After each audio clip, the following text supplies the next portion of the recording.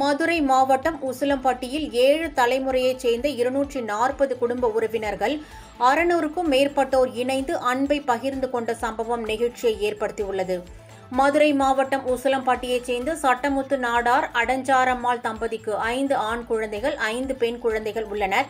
இந்த தம்பதியின் வழியாக தற்போது வரை 240 குடும்பங்கள் உள்ளதாக கூறப்படுகிறது. மூதாதையர் இறப்பிற்கு பின் உறவினர்களின் இல்ல விழாக்களில் மட்டுமே ஒரு சில உறவினர்கள் சந்தித்துக் கொள்ளும் நிலை இருந்துள்ளது.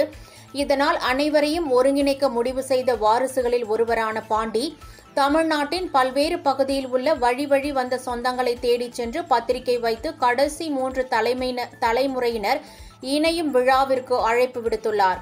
சட்டமுத்து நாடார் அடஞ்சாரம்மாள் தம்பதியின் மகள் வழியாக வந்த சுமார் 7 தலைமுறையைச் சேர்ந்த 600க்கும் மேற்பட்டோர் விழாவில் பங்கேற்று அன்பை பகிர்ந்து கொண்டது அனைவரையும் ஆச்சரியத்தில் ஆழ்த்தியுள்ளது.